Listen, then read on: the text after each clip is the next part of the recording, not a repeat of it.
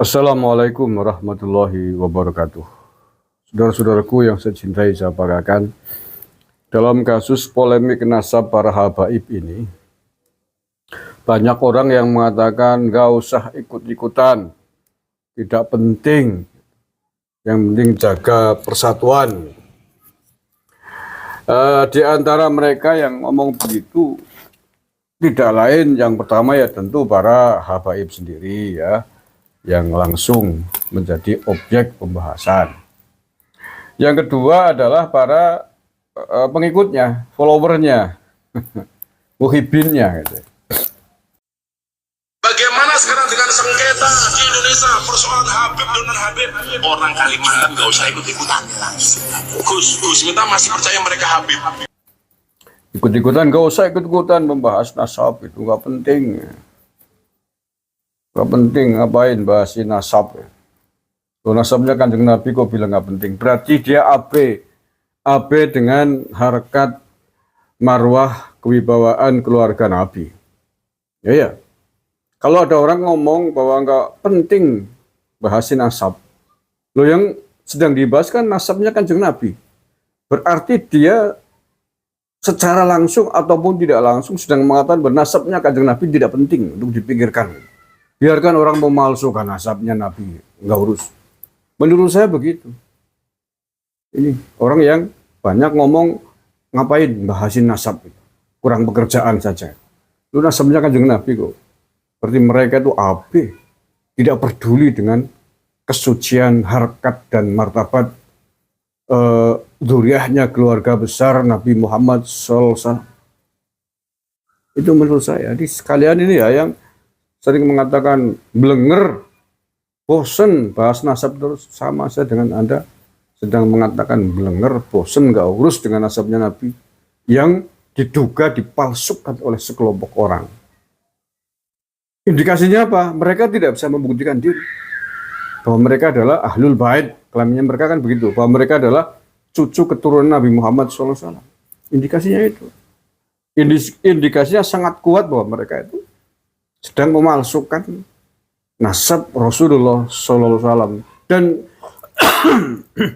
klaim pemalsuan mereka terhadap nasab Nabi yang mulia itu kemudian digunakan untuk hal-hal yang sangat tidak benar, hal-hal yang menurut saya bahkan zalim, mencederai kesucian keluarga Nabi SAW, untuk tawir, untuk mewalati orang, untuk menyebatani orang, untuk melawan pimpinan yang sah, untuk menjelek-jelekan tokoh bangsa ini, buta mata, buta hati, presiden diketahui cokoto, goblok, dan lain sebagainya, dengan menyandang baju kebesaran Rasulullah SAW.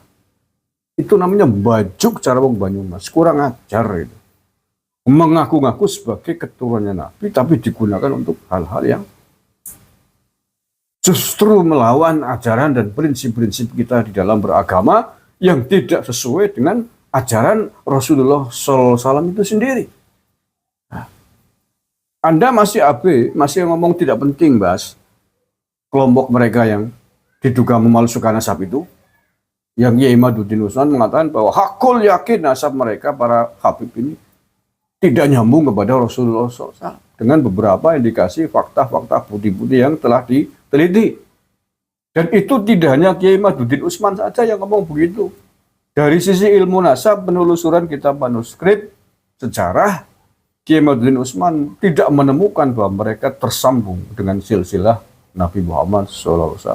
Begitu juga ahli filologi yang mempelajari manuskrip sejarah kuno dari berbagai agama yang berbeda juga tidak ada. Dari sisi ilmu DNA juga tidak ada.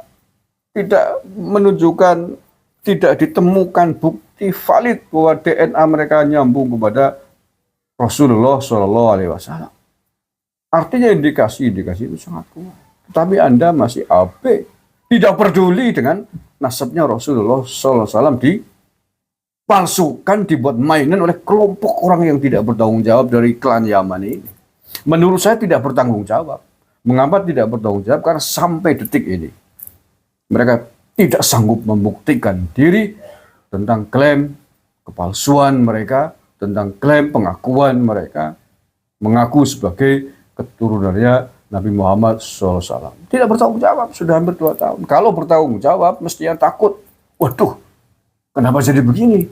Apa benar jangan-jangan kami ini bukan keturunannya Nabi? Ayo kita cari, seluruh kalangan Balawi kita cari, benar apa enggak? Kalau ini tidak benar, kita harus minta maaf. Bertobat kepada Tuhan, bertobat minta maaf kepada Rasulullah, bertobat minta maaf kepada seluruh umat Islam di Indonesia. Mestinya kalau watak waras kan begitu.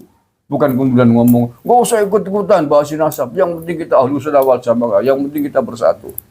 Tuh, penak saja, itu adalah kalimat orang-orang yang ingin terhindar dari masalah, yang tidak ingin kepalsuannya terbongkar, yang terus ingin menikmati hidup dengan bergelimang kepalsuan, ya, termasuk para pengikutnya. Saya contohkan begini, di sebuah kampung terdapat sekelompok kawanan perampok dan para pengikutnya, hidup mewah, hidup senang, hidup terhormat di kampung itu. Karena di kampung itu tidak ada yang tahu bahwa sesungguhnya mereka adalah kawanan perampok di luar kota sana. Di desanya, hasil-hasil dari rampokannya itu kemudian digunakan untuk membangun desa, untuk diberikan kepada warga desa setempat. Terhormat dia, dipuja-puja baik kelompok yang mulia, kelompok yang baik, dermawan dan seterusnya. Nah, kemudian pada suatu saat ada seseorang yang sanggup mengetahui, membongkar siapa sesungguhnya kelompok tersebut yang di kampungnya sangat dihormati. Dia menemukan bukti bahwa mereka sesungguhnya adalah kawanan begal, kawanan perampok. Nah, informasi ini kemudian disampaikan kepada warga desa tersebut. Dan para begal ini juga kemudian tahu bahwa jati dirinya sedang dibongkar oleh seseorang. Kalau kemudian para begal dan para pengikut setianya mengatakan jangan ikut-ikutan membahas masalah perampok di desa kita ini, jangan ikutan membicarakan itu, yang penting kita bersatu. Lah, kalau begalnya ngomong begitu, wajar, bisa kita nalar, bisa kita mengerti. Karena apa? Ya biar jati dirinya tidak diketahui, biar kepalsuannya, kedoknya tidak terbongkar. Sehingga kemudian memerintahkan kepada orang di kampungnya nggak usah ikut-ikutan membahas, membicarakan masalah ini. Ini memecah belah kita semua. Yang penting kita bersatu hidup di desa ini, mari aman dan damai. Iya, Menko, agar kalian jejak perampoknya tidak diketahui oleh masyarakat sekitar. Sehingga kalau semakin banyak yang membicarakan, menelisik, meneliti, mencari tahu, akan terbongkar. Sehingga nggak usah ikut-ikutan. Yang penting kita bisa hidup rukun, damai. Damai dalam kepalsuan dan menikmati hidup dalam hasil jarahan perampokan. Mau gitu?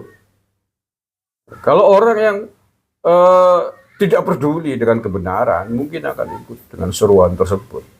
Lah ya wis, daripada ribut-ribut, terus nggak usah dibicarakan lah perampok atau bukan, nggak penting itu. Yang penting kita bisa hidup damai di sini, guyub rukun. Kalau orang-orang yang otaknya hanya memberikan jangka pendek, ya memang begitu. Tapi orang-orang yang mencintai kebenaran, tentu dengan adanya informasi yang datang tentang hal tersebut, dia akan tergerak pikirannya, apakah benar ini informasi bahwa tetangga kami, kelompok masyarakat yang selama ini dikenal baik, terhormat adalah perampok. Mari kita cari tahu, tidak bisa dibiarkan seandainya ini benar. Kita tidak mungkin, kita tidak sudi hidup dalam gelimang kemuliaan tapi hasil jarahan dan rampokan.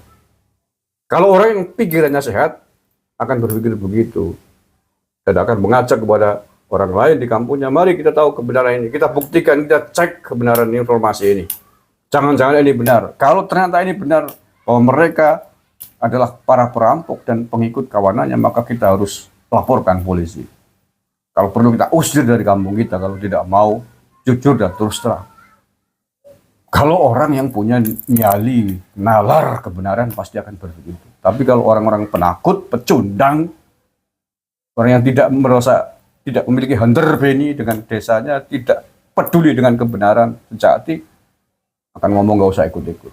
Yang penting kita bersatu damai. Ya, bersatu damai dengan para perampok ya pasti akan ngomong begitu. Tidak mau jadi dirinya dibongkar oleh publik.